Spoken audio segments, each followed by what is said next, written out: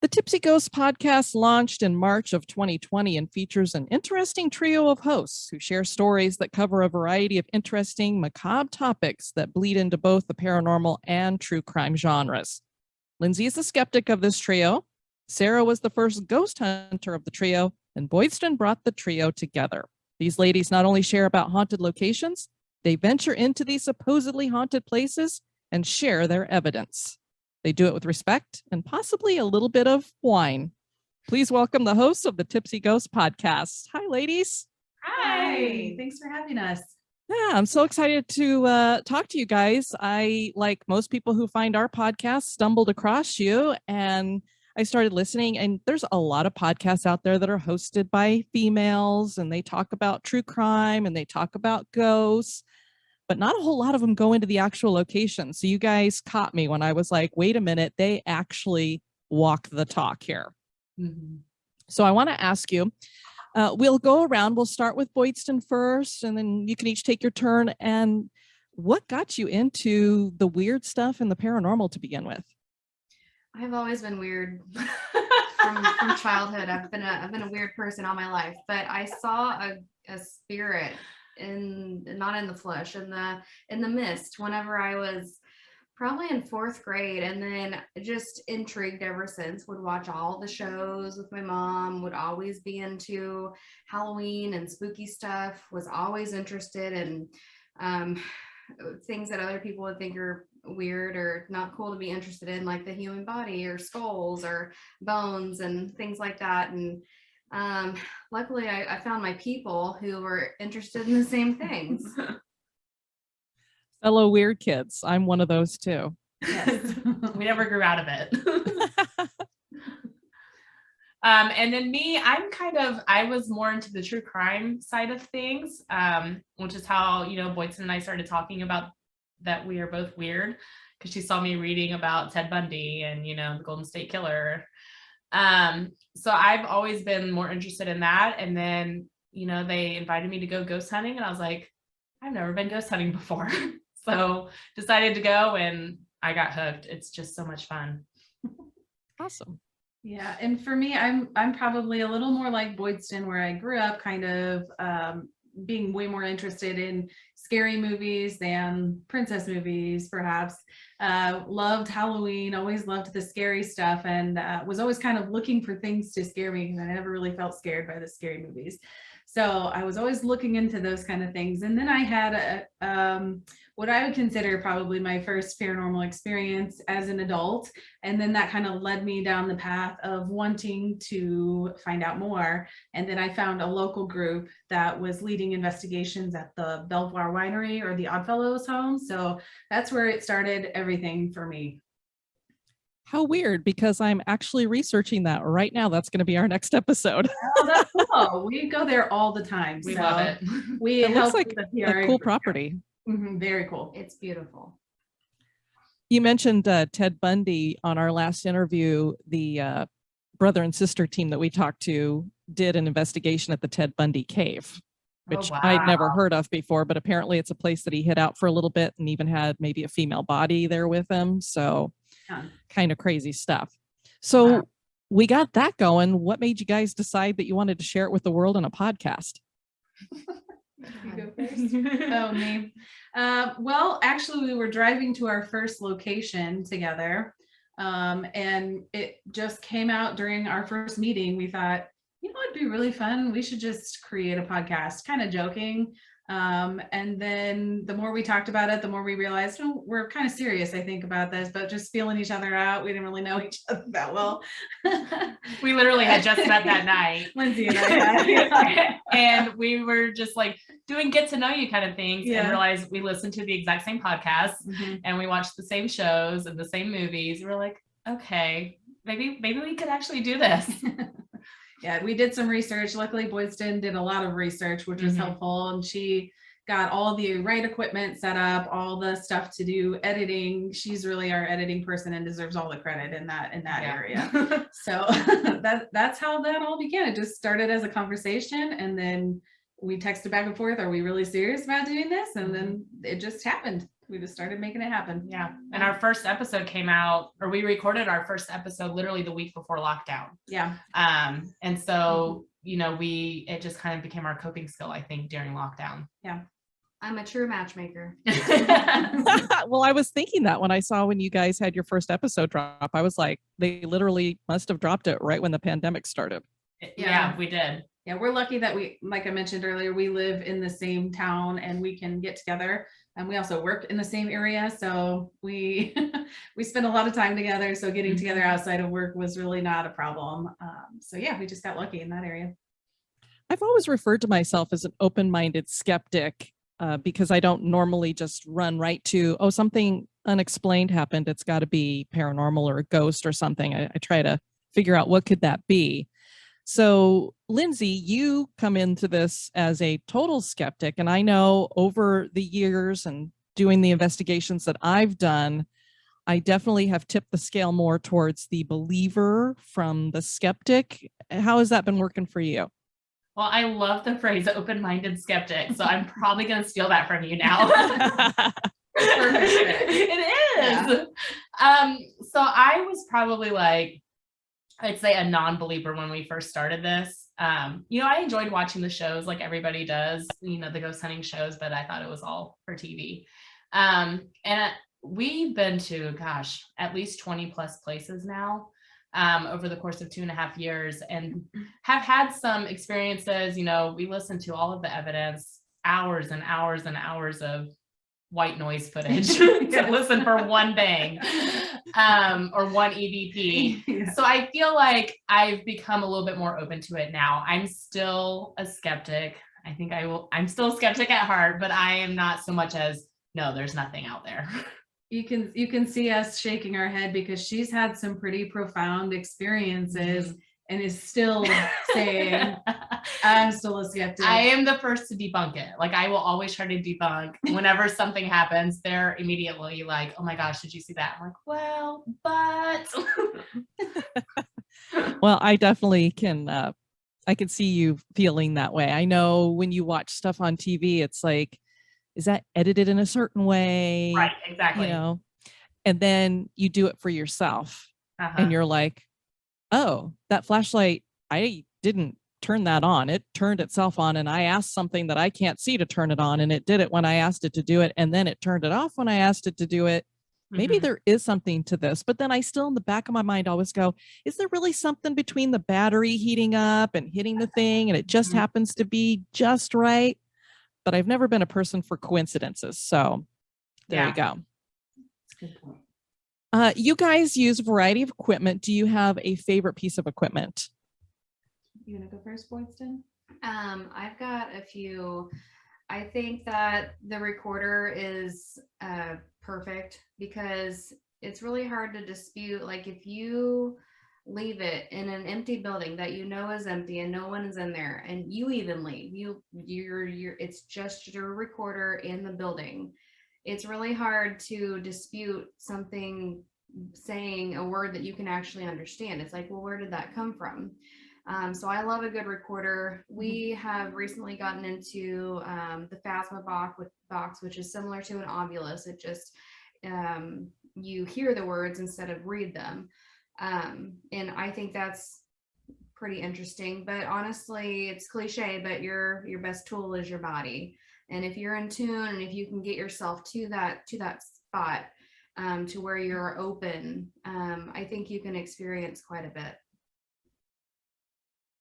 I love a good cat ball because I think they are so fun.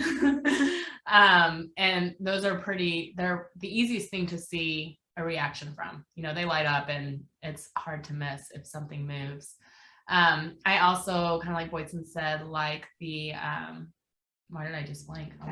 Yeah, Phasma box. I like that because excuse me, we have the noise canceling headphones, and so say I'm listening to it, I can't hear a word that they're saying or asking the spirits, and getting to kind of listen back and hear if we're getting intelligent responses. I like that. So are you doing that kind of like the Estes method where you're okay, cool. Yep. Yep. I know this is not going to be original, but I love the Phasma box also. I love speaking tools, so Ovilus, Spirit Box, apps on phones. I really like them all. I like to feel like I am actually communicating back and forth. And then oddly enough, I'm terrible at hearing. My hearing is poor, but I can always hear whispers. She's got spirit ears. And I'm always saying, did you hear that? So back to the recorders always back me up. So I got to have that on my favorite list, because I'll say, did you hear that? They always say no. And on the recorder, you can hear it every time. And I had to come back and apologize. I was like, okay, every time you heard something, I heard something on the recorder. True. Well, especially when you're podcasters, the recorder is so great for so many things. First of all, if you have somebody who's touring you around, you get the history and you can go back and listen to it. And then, like you said, there's a lot of times we haven't even been specifically investigating a place. We've just been doing a tour. Yeah. And we'll get evidence and be like, oh, that was really cool because we caught an EVP doing that. So that's one of the reasons why I love the recorder. But as you said, Boydston, my most profound experiences stink because there's something that you can't share scientifically. It's like, I saw something, I felt something, and people are just going to have to believe me because I can't share it with them. Yes. You guys, I wonder, as you're talking about, like, Sarah, I love that you said when you're listening back to the recorder, you can't hear very well, but you'll hear a whisper. Yeah. And I sometimes wonder if it's not a psychical connection that we're having, because when I'm listening back, I'll sometimes be like, wait a minute, there was something there, even though it's not clear. I have to really crank it to hear it. It's almost like something subconsciously has heard there's something there. And then I go back and listen to it. Do you feel like as you guys are doing more and more investigating that your psychical abilities are getting honed a little bit? I definitely think that that's happening to all of us. And actually that we pointed that out after one of our recent investigations, because I want to say maybe 3 or 4 times in real time, I could hear it. And that's where my hearing is the worst, because I can put headphones in and listening to recorders and do it pretty good. But in real time, I struggle if there's background noise and whatnot. So the fact that I was hearing whispers there and calling them out on the recorder in that episode, during our Wyeth Tootle episode, we were talking about how, well, maybe that means that maybe I'm a little bit more in tune than I thought I was, or maybe that's getting stronger. I'm not really sure. Yeah. Well, and you've always been like, she's our sensor, you know, like she feels things the easiest. I feel like you're kind of more connected to the spirit world. So whenever we're on investigations, I'm always like, where do you want to go? Where are you getting the vibe? I just follow her around because she's always kind of, I feel like I had that connection there. Yeah, I agree. I feel like, and I think I was the one that kind of brought it kind of to the surface where we can talk about it and understand. But if you are one that believes that maybe the otherworldly side is on just a different little bit of a plane than we are, I think Sarah's more in tune with and can hear that plane better than Lindsay or I can. And over the years, I want to say that, you know, I've become more in tune, but honestly, I haven't. I feel like I've stayed kind of the same. I'm the one that feels things sort of physically. You know, I'll get chest pain, I'll get a headache, I'll you know, feel something touching my arm or things like that. And I know we go to a lot of public investigations, and those are the kind of people that we, you know, we don't make fun of, but we laugh at, like, oh, yep, there's that person who feels everything. But I don't call it out all the time. She doesn't call it out. I don't. I just secretly feel something and I'll tell them later because I don't want to be that person. But honestly, I have always wished that I could hear things or see things a lot better. So I'm very envious of Sarah. The first place that we went to together, the first night that they ever met, oh my gosh, yes, was the Sally house. And now knowing, we didn't know Lindsay was a skeptic or a non-believer at the time. And knowing that now, I just cannot imagine what she was thinking, because we were banished to the basement because Sarah was loud. It's a long story. We were banished to the basement, which is great because that's where they say, you know, this portal to hell is. And so we're just sitting in these folding chairs in the corner of the Sally house basement, and Sarah is sitting there and she's like, oh, I see kids peeking out from under the stairs. And she's like, oh, you don't see those kids? Like, there's people peeking out. And I'm like, well, I mean, I think something's holding my hand. She was having a whole experience. I'm just sitting there. It's just fascinating. I cannot imagine what Lindsay was thinking at the time. Well, I'm sitting in between them, and Sarah just reaches over and takes my hand, and she's just talking to, these spirits that you were seeing. And I'm like, what is happening?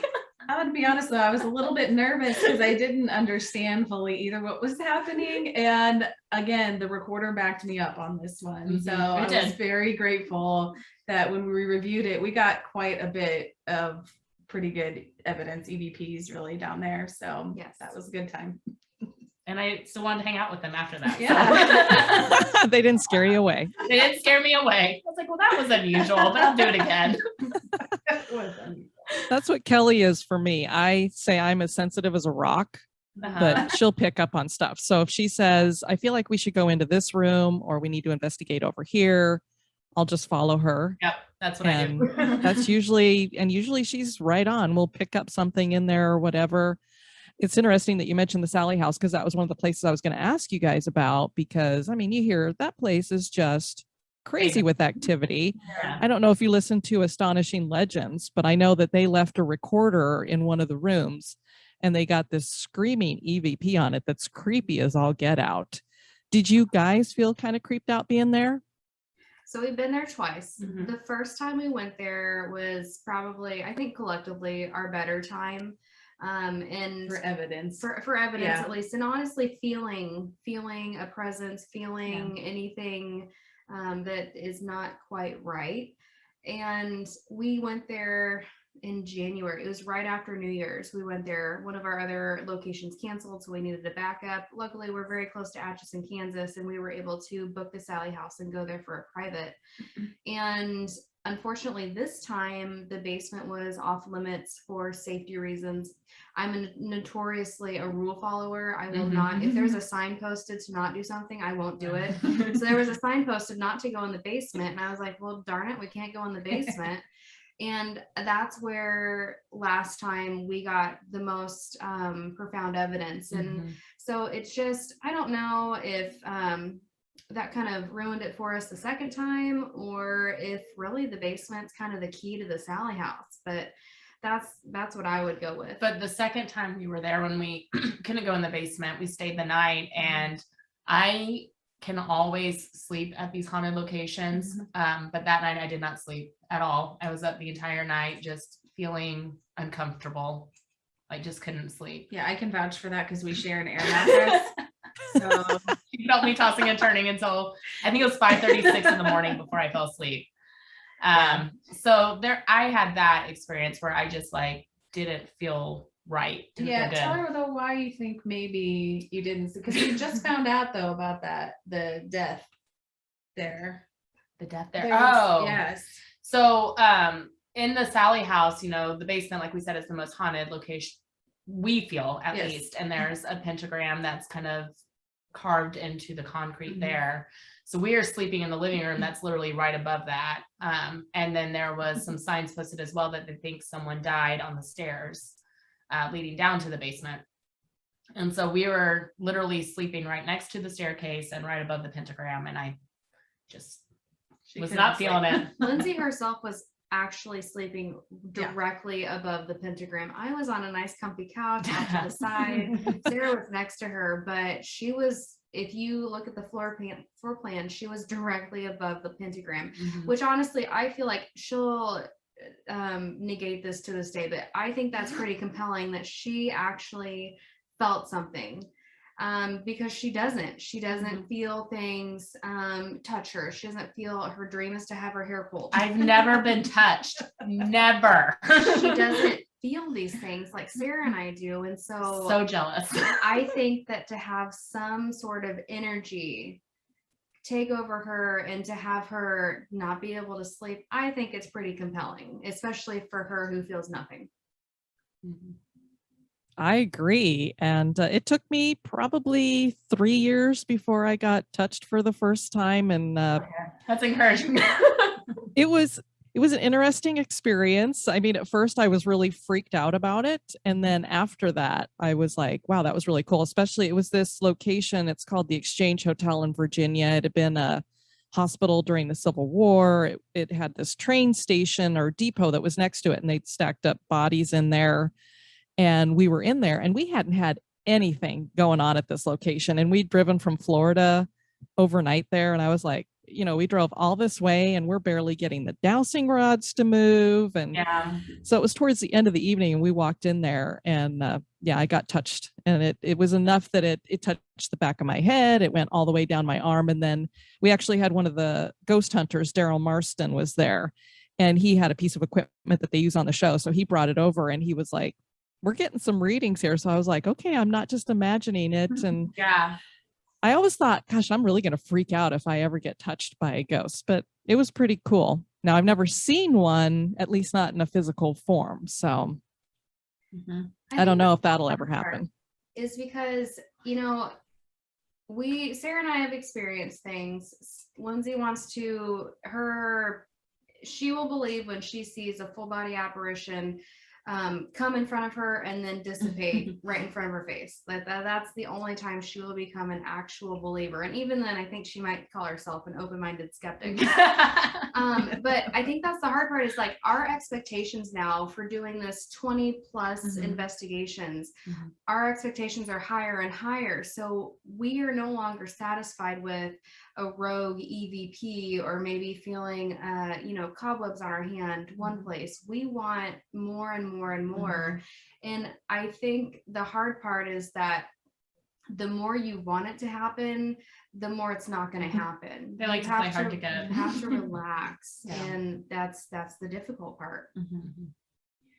I think one of the things that kind of lends us to then is to be able to do a little bit more experimenting. Like, I love watching Kindred Spirits because you get some great ideas for, let's try this and see what happens. Because yeah, like you said, I mean, you go into a place and it's like, oh, we caught another EVP. That's cool. But yeah, we've caught one everywhere we've got or whatever. And so it does seem like each time you go someplace, you're expecting something more and more and more. So along those lines, we like to ask people, when it comes to a ghost, what are your theories on what is a ghost? And it can be whatever you want to describe it as, or multiple things. Let's start with Lindsay. Whoa, I have to come up with an answer. What is a ghost? That is an excellent question that I don't know if I have an answer for, because I am, the skeptic. And you put me on the spot. So I know I'm a skeptic as far as like ghosts and the paranormal, but I am a believer in like demonology and demons and things like that, which I think is part of the reason why Sally House might have affected me.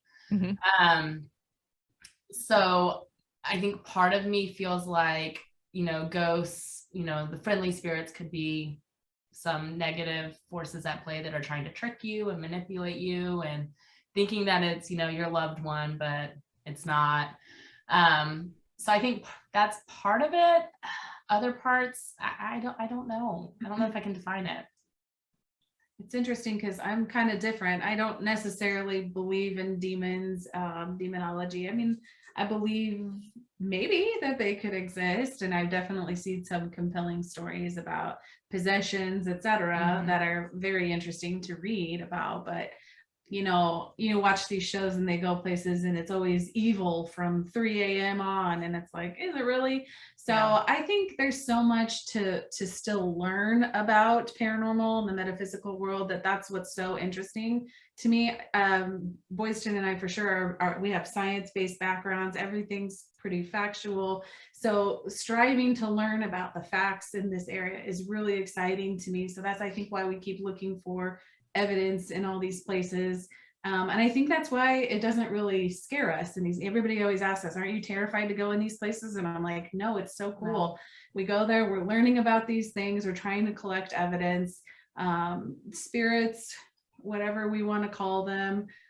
Maybe they're souls of people who have passed. Maybe they're souls from a different dimension in a time slip. Maybe we're seeing things in a parallel universe. Maybe we're the ones that are spirits. I mean, there's so many different things that could be happening in this different types of explanations if you listen to everybody's explanations, that I think is really cool. I love to spiral on this topic. So I think the shortest answer is I think ghosts are bursts of energy, and whether they're energy that is a soul, it's hard to say.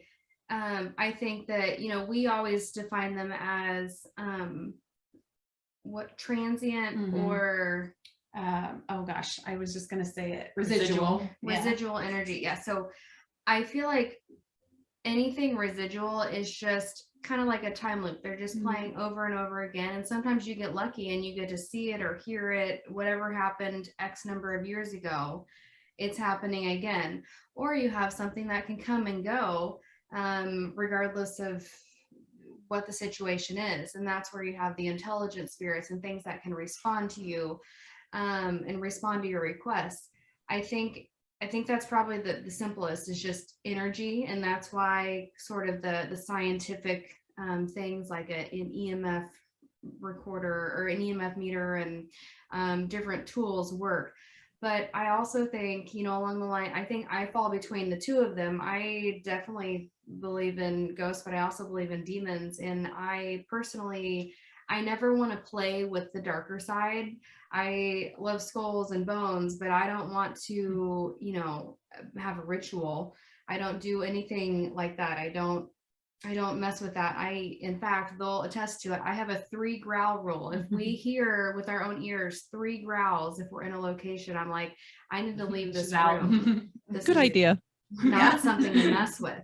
Yeah. And so I think it's hard to pinpoint it. And that's, of course, what all skeptics will say is like, there's no scientific basis behind this. You can't reenact this. You can't recreate it.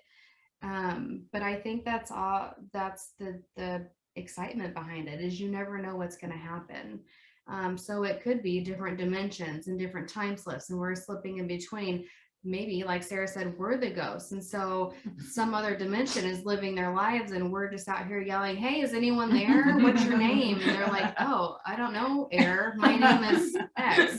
So I don't know. I just think it's exciting. It's exciting about all the potential answers that it could be. I think it's exciting that we don't know, and I think that's what kind of keeps everybody engaged.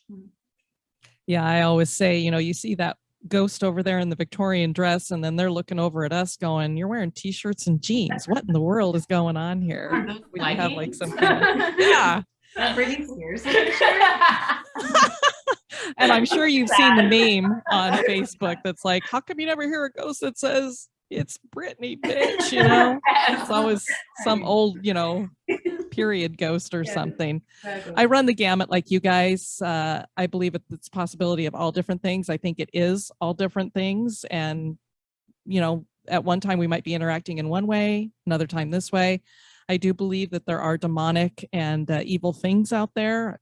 For me, I can't look out in the world and not see that the way things are going. But I think a lot of what you get out of a place is what you bring into it.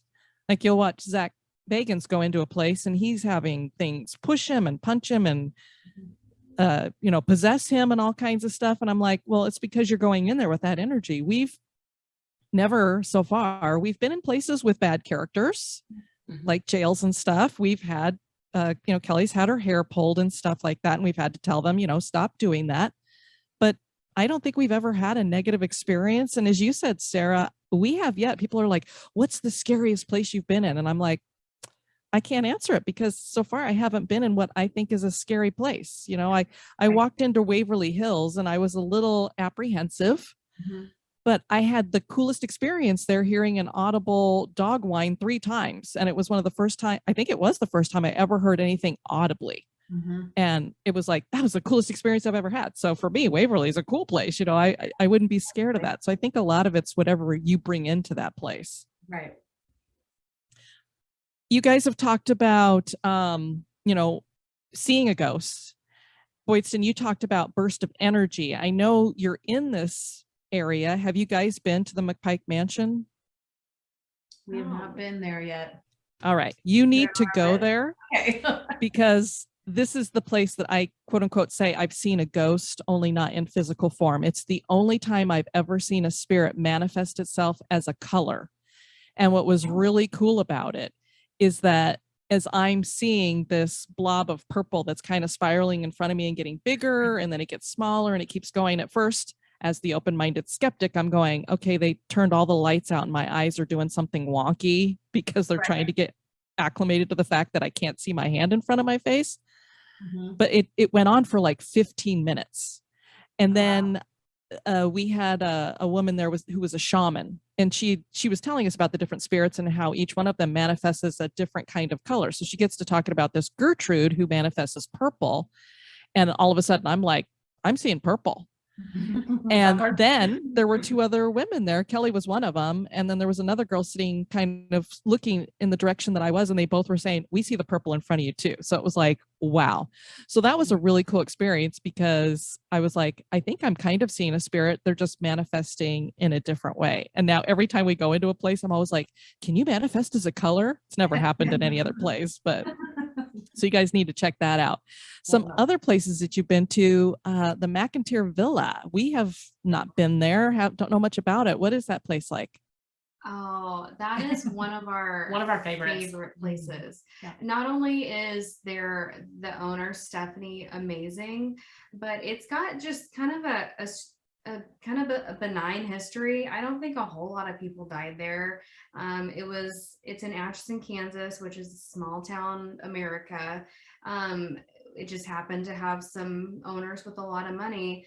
But what gets it is there was a suicide there by one of the people that live there, and then also allegedly, not confirmed, there may have been underground abortions performed. And the thing about the McIntyre Villa is that you can feel, Sarah and I can feel a difference whenever we walk in there.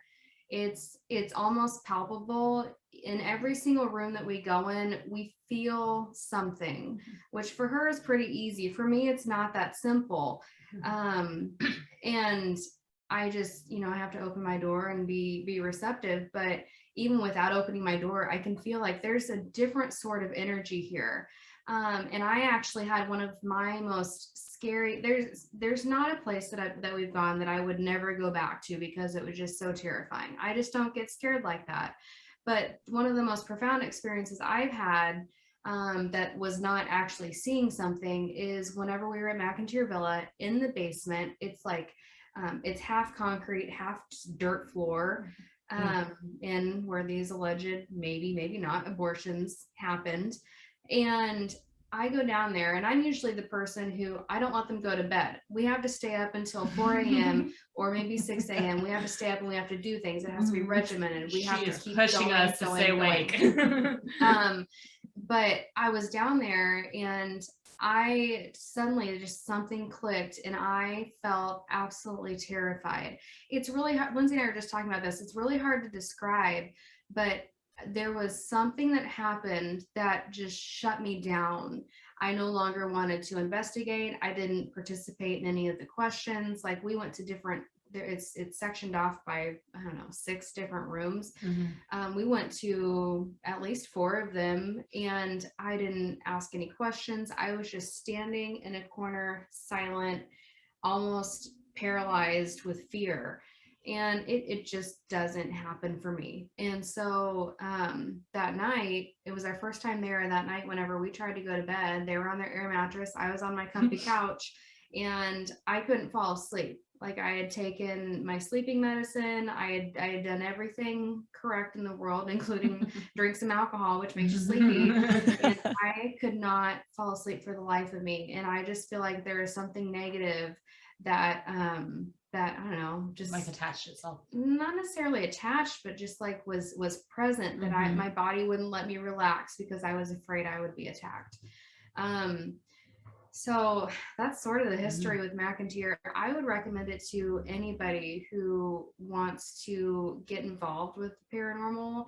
I think, this is a spicy topic to get into, but I would almost say that it's more haunted than the Sally House, which is just down the street from McIntyre Villa. And we got lots of evidence from that place as well. We got, footsteps. So it was a private, we had the place to ourselves. It's huge. And we got footsteps when we were downstairs. We were in the child's room, which has all of these creepy dolls in it. We had the door closed and we literally saw like a shadow moving underneath the door in the hallway, like pacing Whoa. back and forth in front of the door. And she still doesn't believe. This was the place I was telling you where she had the most profound experience downstairs in the basement. Oh yeah, the second time we went back. Oh my gosh. And she didn't even tell us about it. We heard about it on the recorder. Because later. I saw a shadow down there. I was taking pictures and trying to get some orbs, and they were in another one of those concrete rooms, and I turned and there was like just a black mass over my left shoulder over here. Just a casual black mass. And I kind of like I see those all the time. Yeah, happens all the time. I kind of like blinked and it was gone. Like it was like a second. And so I didn't tell them because I knew last time we were there she didn't sleep and she was paralyzed by fear. So I was like, if I tell her there was a shadow here, she's not going to sleep again. So I didn't tell them until a week later. You get paralyzed by fear one time. And you lose all your privileges. She's like, don't you ever keep something from me like that again. I was like, okay, lesson learned. So we did get lots of evidence there, but it's just a fun place to go. Well, and let's face it, the Sally house basically looks like a regular house, whereas the McAteers, it's a Victorian type mansion, isn't it? Yeah. So beautiful. And it's Beautiful. well taken care of on the inside. It's in great shape. It's got a great history, like she mentioned. It's got a great owner. It's like the perfect setup for if you just want to go for a couple of friends overnight.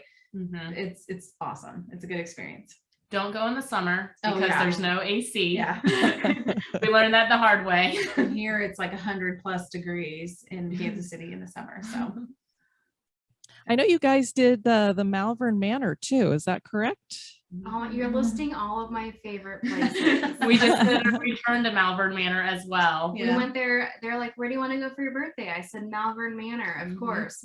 Malvern Manor is interesting because it's been everything. It's been a hotel. It's been a kind of an old folks home, but it's also been a group home for mentally unwell people. And there's also some darker history behind it, but Malvern Manor, we're in the Midwest. We don't have a huge budget, so we stay in the Midwest.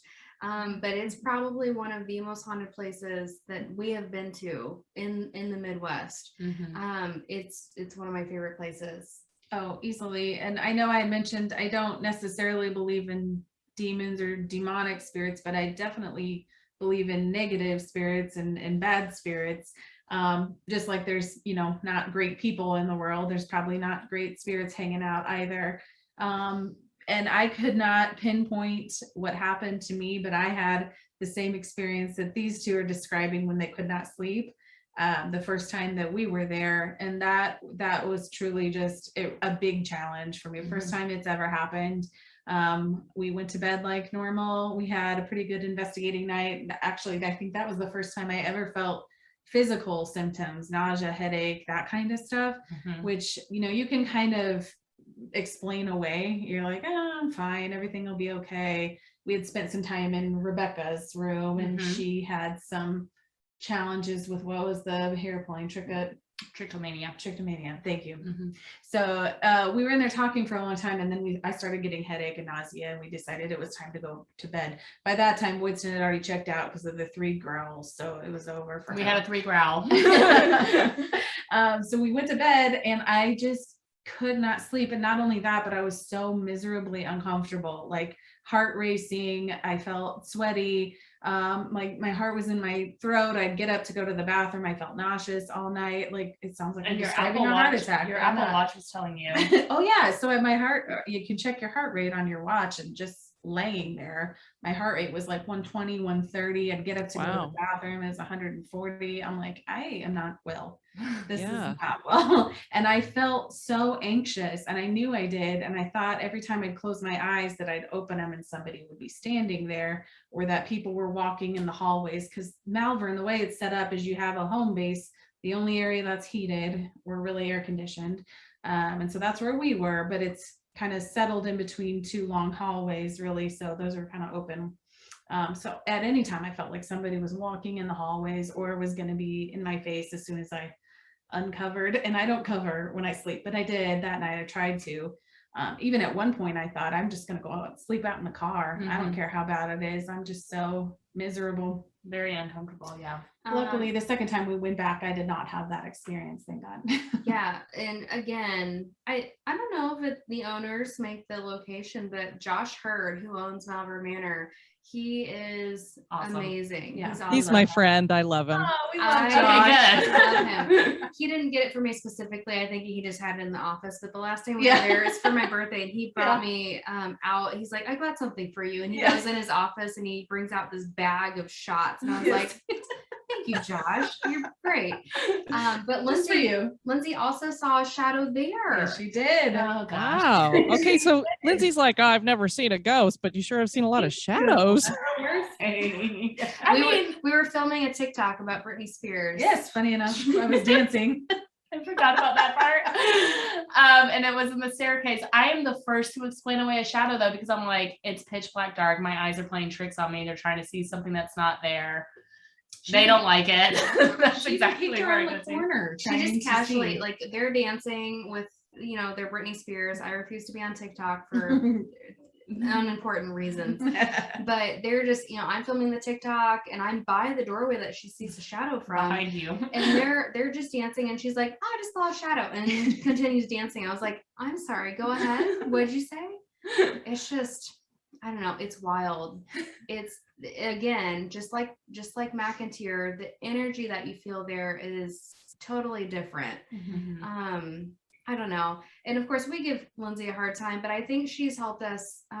She's helped me kind of ground myself, because anytime that we hear or feel or experience something, I instantly want to think, oh, that's a spirit. That's what we want to be after. And then half a second later, I'm like, well, maybe it's this or that. And I think she's helped to ground Sarah and I. And I don't know, we've kind of met in the middle along the way. Yeah, that's a really profound place, because there's so many different spirits in there from all different age groups, different time periods. You've still got blood on some of the walls there. You've got the area up in the attic, which is just weird. And so, yeah, Growls. Yes. there's a lot of stuff going on there for sure. Right.